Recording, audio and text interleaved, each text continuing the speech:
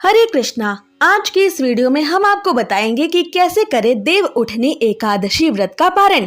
क्या होगा देव उठनी एकादशी व्रत को खोलने का सही समय और सही तरीका, क्या होगी देव उठनी एकादशी व्रत को खोलने की पूरी पूजा विधि, और एकादशी व्रत को खोलते समय क्या गलतियां आपको भूल से भी नहीं करनी है। तो ये सब जानना है तो वीडियो अंत तक जरूर देखें।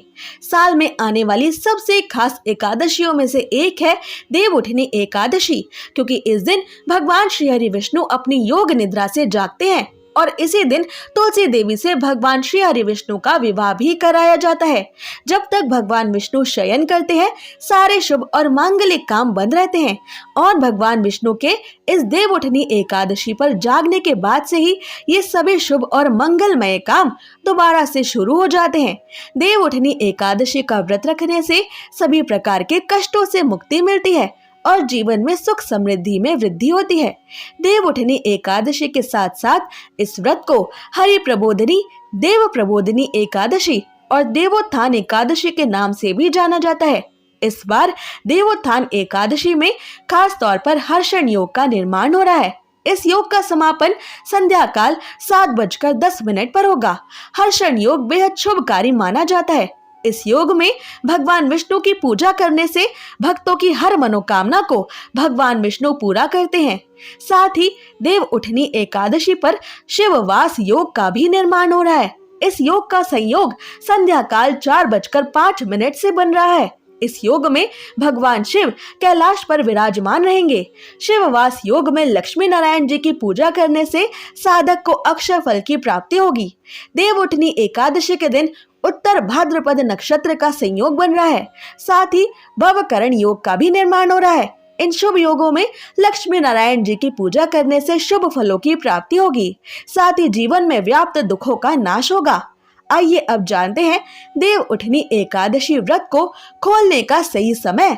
देव उठनी एकादशी पर द्वादशी की तिथि 12 नवंबर 2024 को शाम 4:05 के बाद से शुरू हो रही है और ये द्वादशी तिथि 13 नवंबर तक चलेगी। देव उठनी एकादशी पर हरिवासर का समय समाप्त होगा 12 नवंबर 2024 मंगलवार को रात 9:30 बजे तक, और इस पवित्र हरिवासर के समय में एकादशी का व्रत बिल्कुल नहीं खोलना चाहिए।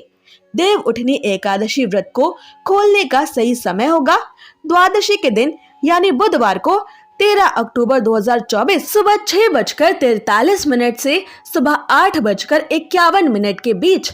आपको इसी छोटे से शुभ मुहूर्त में अपना देव उठनी एकादशी का व्रत खोलना है, क्योंकि 13 नवंबर को द्वादशी के दिन राहु काल दोपहर 12:05 से दोपहर 1:26 तक रहेगा, और अशुभ राहु काल में भी एकादशी के व्रत का पारण बिल्कुल नहीं करना चाहिए। शुभ मुहूर्त में व्रत ना खोलने से एकादशी व्रत का फल नहीं मिलता। आइए अब जानते हैं देव उठनी एकादशी के अगले दिन यानी द्वादशी के दिन इस एकादशी व्रत को खोलने की यानी देव उठनी एकादशी व्रत का पारण करने की पूरी पूजा विधि। एकादशी व्रत का पारण करने से पहले ये ध्यान रखें कि मुहूर्त के हिसाब से द्वादशी तिथि शुरू हो चुकी हो। अगर द्वादशी तिथि सूर्योदय से पहले ही समाप्त हो गई हो तो एकादशी व्रत का पारण सूर्योदय के बाद करें। इस बात का खास ख्याल रखें कि द्वादशी तिथि के अंदर ही पारण ना करना पाप करने के समान होता है। इसलिए द्वादशी तिथि के शुभ मुहूर्त के अंतर्गत ही एकादशी व्रत का पारण करें, तभी आपको एकादशी व्रत का पुण्य मिलेगा, अन्यथा आपका एकादशी का व्रत मान्य नहीं होगा। एकादशी व्रत का पारण समय सुबह यानी प्रातः काल का ही होता है। व्रत करने वाले श्रद्धालुओं को मध्याह्न यानी शाम के दौरान व्रत को तोड़ने से बचना चाहिए। अगर किसी कारण से कोई प्रातः काल में पारण नहीं कर पाया है तो उसे फिर मध्याह्न यानी शाम के बाद ही एकादशी के व्रत का पारण करना चाहिए। एकादशी के अगले दिन सुबह जल्दी उठकर पहले स्नान करके तुलसी देवी को जल अर्पित करें, क्योंकि गर्मी के समय में पूरे दिन बिना जल के रहने से तुलसी देवी सूख सकती हैं और एकादशी की 2 तिथियों पर तुलसी देवी को जल नहीं दिया जाता। इसलिए द्वादशी की तिथि पर सबसे पहले तुलसी देवी को जल देना आवश्यक है। फिर तुलसी महारानी को फूल चढ़ाएं और उनकी आरती करें। आरती करके उनकी 7 बार परिक्रमा करें। तुलसी देवी की रोज परिक्रमा करने वाले मनुष्य को कभी भी यमराज के दर्शन नहीं करने पड़ते। और अब विष्णु जी की पूजा के लिए तुलसी देवी के कुछ पत्ते ले लें। अब भगवान विष्णु को स्नान करवा के उनका पीले वस्त्रों से श्रृंगार करें। उनको पीले फूल और तुलसी पत्र चढ़ाएं।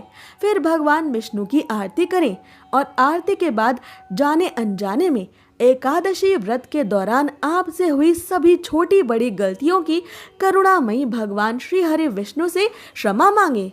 भगवान विष्णु से क्षमा मांगते हुए आपको ये मंत्र बोलना चाहिए। आवानम न जानामि विसर्जनम पूजाम चैव न जानामि क्षमस्व परमेश्वर मंत्रहीनम क्रियाहीनम भक्तिहीनम जनार्दन यत् पूजितम मया देव परिपूर्ण तदस्तु में। इस मंत्र को अपनी पूजा खत्म होने के बाद आपको 7 बार बोलना चाहिए। इसके बाद भगवान विष्णु से ये एकादशी व्रत स्वीकार करने की प्रार्थना करें। आइए अब जानते हैं कि क्या खाकर आपको एकादशी का व्रत खोलना चाहिए। द्वादशी के दिन भगवान विष्णु जी को घर पर सात्विक तरीके से बनाए गए पकवानों का ही भोग लगाएं। ये पकवान मीठे या नमकीन दोनों हो सकते हैं। यदि आप द्वादशी के दिन मीठे चावलों का भोग भगवान श्री हरि विष्णु को लगा सके तो ये और भी अधिक शुभ होगा, क्योंकि द्वादशी के दिन पीले या मीठे चावल खाना बेहद शुभ माना जाता है। एकादशी के व्रत में चावल खाने पर रोक होती है, इसलिए द्वादशी व्रत को खोलते समय चावल खाकर ही व्रत खोलने का नियम है। मान्यता है कि एकादशी के दिन चावल खाने से शरीर छोड़ने के बाद वो मनुष्य रेंगने वाले जीवों के रूप में जन्म लेता है, लेकिन द्वादशी को चावल खाकर एकादशी व्रत को खोलने वाला मनुष्य मोक्ष को प्राप्त करता है। आपको एकादशी व्रत का पारण करने के लिए पकाए जा रहे भोजन में गाय के शुद्ध देसी घी का प्रयोग जरूर करना चाहिए। ये सेहत के लिए भी अच्छा होता है और इसमें शुद्धता भी होती है। आंवले के पेड़ पर भगवान श्री हरि विष्णु का वास होता है। इस कारण आंवले का भी एकादशी के व्रत में विशेष महत्व माना गया है। इसलिए एकादशी व्रत का पारण करने के दौरान आप आंवला भी खा सकते हैं। आंवला खाकर एकादशी व्रत खोलना भी बहुत शुभ होगा। इससे आपको अखंड सौभाग्य, निरोगी स्वस्थ शरीर और संतान सुख की प्राप्ति होती है। आप द्वादशी के दिन एकादशी व्रत खोलने के लिए जो भी सात्विक भोजन बनाएं, उसी भोग और भगवान श्री हरि विष्णु को चढ़ाई गई तुलसी की पत्ती को पानी के साथ लेकर ही अपना व्रत खोलें। पर ये ध्यान रखें कि एकादशी व्रत का पारण किसी मीठी चीज से भी किया जा सकता है। व्रत के पारण के लिए आप भगवान श्री हरि विष्णु को भोग में मिठाई और मौसमी फल भी दे सकते हैं। पारण के भोजन में सेम की सब्जी खाने का भी विशेष महत्व माना जाता है।